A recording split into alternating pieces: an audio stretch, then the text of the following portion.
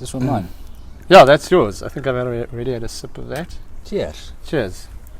Nice whiskey. We've had, what is it? Do you think it's the first upset of the World Cup with Australia, Fiji, or do you think the first upset was actually the first game, France, New Zealand? I think this is the first upset. This is the first big one. I think that was a case of New Zealand being slight favourites. And yeah, I think this, like an upset, is something that's completely unexpected. Yeah. I don't think you can say a game of France against the All Blacks in France is an upset. No. Well, it's not an upset if you. There was someone that commented on our predictions video and said, "Oh, well, you guys have got it wrong. It's Fiji is gonna make it through that pool." Well, I think we said. What did we say? Yeah, we just said Wales, Australia. We went safe. Yeah. Then we went did bold go to with safe Samoa. route. But Yes. Samoa looked pretty good as well. No, Samoa looked good. Against Chile, was it? Yeah. That was their first game. Anyway, Australia, they're in a difficult place. They're in a very difficult place, and Eddie Jones is unpopular.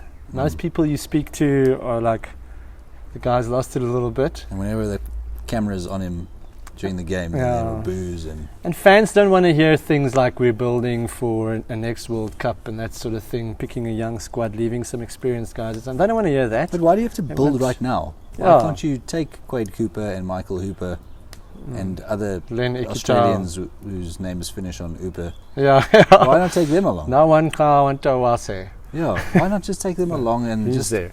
Make it through the pool stage? Yes. Then you can drop them immediately after the World Cup and say, okay, now we're starting with the new thing. Anyway, you heard what Eddie said. If you're a commentator, then you know everything, mate. Yes. So. And he's just saying stuff to irritate people all the time. He's defensive, eh? Combative. And it's not a good sign, because they might get knocked out of the World Cup in the pool stages, and that's probably, is that a first? Yeah, it's a first. Yeah, that would be a first. Yeah, and the thing is, like, I don't know what I was going to say. Forgot.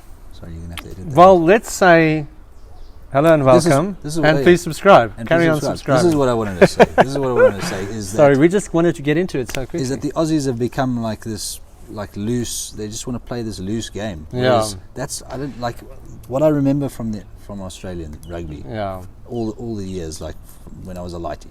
Yeah. Is lighty means a small kid, a young man. That's not is like this style, like where you have Gregan and Larkham like creating a play, picking the right pass, timing his pass to like a fantastic centre. Yes. And it's like it's not 100% set moves, but they did practice that move beforehand. Whereas it feels like now they're just like playing sevens or something. I don't know. No, they said, the commentators said at halftime that or maybe even during the game, that it looks as if it's two teams, Wales and Fiji and Australia, just throwing the ball around, but Fiji just has the absolute physical dominance. Superior, yeah. So even if they just throw the ball away, which they do quite regularly, they just manage to break the line and to do great things because they have such huge people. Yes. And if you think about 2007, the quarterfinal we played against them, as soon as we got dragged into that game as well, we're inferior. Yes. They are better at that game. Yeah, and if you want to, if you think this is going to be an easier game, we can throw the ball around and we will eventually score tries. You'll be found wanting. Yes. Slow it down, maul it, scrum, stick to your systems. Get quick recycle ball, precise ball without trying too risky stuff. Yesterday it was more a case of just kick it out and you'll probably steal their lineup. Yes, their lineup was absolutely useless. Yeah, but their scrum very, very good. Scrum was very good. That's definitely a step in the right direction. Kicker, that scrum half, who kicks, who went off. Very good goal kicking. That guy is an insane goal kicker. Yeah, so when he went off, it looked a bit. Yeah, they built their score when they got ahead, and then they didn't relinquish, and they defended well. It would have been good if they denied Australia a bonus point. I mean, I was looking at it. If they had done that, then it would have been they would have had to get 5 points against the last two teams, and then they would definitely, even if Australia beat Wales with the bonus point, they would have knocked them out. Yeah. So what's the difference? For me, it's the same kind of backline, like can score tries from anywhere, but they're sort of getting towards having better set phase. Okay, lineouts a bad day, scrums much better, protecting the ball at the ruck much better, and stealing the ball so regularly. It's insane, yeah. I mean, how many times I called you after the game and said this was how the game worked. Australia ran at Fiji like randomly, then they steal the ball and they kick the ball out. Then Australia steals the ball and kicks the ball. Okay, doesn't steal the ball, they win the ball at the line out, run the ball back, it gets stolen again by Fiji, it was like, that was the script. No. Did you hear what Swice de Bruin said about who's the ref again? Andrew Brace. He said he's the new Bryce Lawrence because Fiji could just do whatever they wanted at the ruck. He said it doesn't matter if you're on one knee or if you're standing on your head. He just gave penalties. That's not the narrative we want to hear. No, we were so in the game. We we so badly wanted Fiji to win because we love the underdog. I was just, every time they stole the ball, and they stole it many, many times. So many I was times. just so happy because they played so badly, leading up to them stealing the ball most of the time. But Australia's try. I mean, the guy lying on the ground and preventing the Fijian should never have been from placing the ball. I mean, it went both ways. Yeah, but he's just. But those steals. Brace. I'm not going to say anything. Andrew Brace's. Goodness. Okay, well, other highlights of the weekend. Let's do the Springboks last. So expected a bit more from Japan. They were in the game up until a point. But that try that came off a header from, I want to call him Sheridan. His name's not Sheridan. That's Earl's guy. No, the prop. Sinclair. Which one now? No, the guy with the Marler. Marler. There you go. Joe Marler, the clown. Stand-up comedian. It came off his head. There was another guy's came off two guys' heads. Yeah. And then they scored, and then I think that kind of just broke the spirit of the Japanese because they were in it. They looked like they wanted to play. They're still well coached but. They're small guys. They got physically dominated. Yes, a little bit. Yeah, they're not big units, and that's also what the guys said in the build-up. They said they're just not big enough to.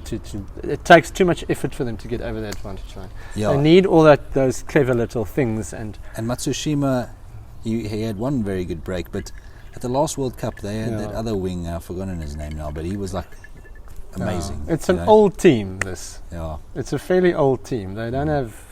That I thought the guy Lemeki who came on for the injured player, I thought he was a very good all-round footballer. I mean, he's kicking and everything. Yes, he's definitely better than he was on. That guy's like with the first move of the game or whatever, he knocked the ball. Like, why didn't you just press the ball down?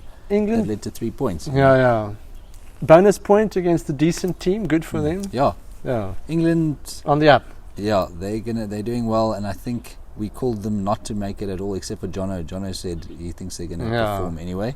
After he said that Borthwick is a terrible coach and this and that. Yeah, but they're big players and they're good players. They're professional players. So needed that confidence after the first game, maybe. Yeah, they're a good World Cup team. Yeah, and you can't take it for granted that you'll beat them in a playoff. They've dodged 2 banana peels now. Yeah, I think that's it. I think they're through now. Yeah. I mean, who else is there? They beat Argentina, Japan. Yeah. Who else is going to cause any sort of problems? No, I think it's fine. I think they're good. Samoa. I can't remember who's in their group. You're putting me on the spot here. Samoa, I think. Okay. I think Samoa. So we said Samoa's going to go through. We said Samoa's going to go through. Yeah. Okay, I want to honourable mention a few guys. I thought Portugal were very... Yes, they played really well. Portugal's try was amazing. Yeah. And it's nice to see the Uruguays and Portugal and even Chile really trying, but Portugal and Uruguay have impressed me the most with their structure and with... Yeah, they held France, didn't they? To a bonus pointless win. Ball retention and things, looks good. Yeah. But obviously they just don't have it to beat these big teams. But 28-8 against Wales? Yes. It's good. It's a good game for them. And what was Uruguay? That was also similar. It was like 13... or 12-28. Yes, 27-12 or something like that. 28. Yeah, yeah, very good for them as well against the French B team. Talking about B teams, the Springboks also picked quite a weird B team against Romania. Yeah, but nothing you can read. I said there's nothing you can read into the game, but things you can take out of the game is that Dion Fourie was very good, even though it's against Romania. The line-out throws were good, scrummed well, stole balls, and so was Marco van Staden, with the whole debate around should Dweba have come in instead of Pollard. But interesting thing is that we were sitting with one specialist fly-half and one specialist hooker, and now we have two specialist fly-offs and still only the one specialist hooker. Yeah. With a punishment forwards take, I suppose it makes more sense to have reliable hookers. About Koch though, Vincent Koch, I hear it's a knee thing. Oh, is it a knee? It wasn't the cut? It wasn't the cut. Oh, goodness. So if that's a serious issue, then yeah, or do we bring in Dweba then? Yeah. Well, could possibly. Now we're playing catch up now in terms of bringing in replacements, because now. Yeah. Well, you need a lot of props as well. Props. Yeah. Another mention we should probably make is Ireland-Tonga. Yes. They look ferocious. Yes. Ireland looked very, very good. Tonga, I expected better. Better, but I think Ireland was just so hectic. Ireland was so very good. They just brought the noise. Yeah, I don't want to call... and they were accurate. Yeah. And Johnny Sexton is like the highest point scorer at the ripe old age of 38. Yeah. Overtook Ronan. He was very happy. Shows you how amazing Ronan O'Gara must have been. We kind of just looked down on that guy because Jacques Fourie ran over him like a 9-year-old. Yeah, no, they were absolutely dominant. Interesting that they picked the best team. They're obviously not worried about fatigue, where the Springboks chose definitely a B team to play against Romania. Do they need to worry about fatigue? Like, we've just come off the rugby championship, etc. They've been on holiday, training, but it's very scientific. Warm-ups and all the players have they follow all the stats. The rugby's become very scientific. They won't overplay players, but you never know. It's very early, and the Springboks don't want a favourites tag. We were very dominant with a thrown together team against Romania, the mighty nation of Romania. Yeah, there's nothing you can take from that. There's nothing at all. Whereas I think Ireland did well against a spirited, tough Tongan team. Yeah, they've got some huge players. Yeah. Is there anything else? Are we missing something? The All Blacks beat Namibia by a big margin. We beat Australia in the cricket. Yeah, that was cool. for another day we can discuss that. Yeah, looking forward to Ireland this weekend. Yeah. On Saturday. It's nice to play on a Saturday for once. Yeah. But we'll probably hoist something out there when the teams are out. Yeah. Okay. I think we could pretty much know who's going to be in the Irish team. It's the same as the previous game. Yeah. Okay. Cheers. Cheers.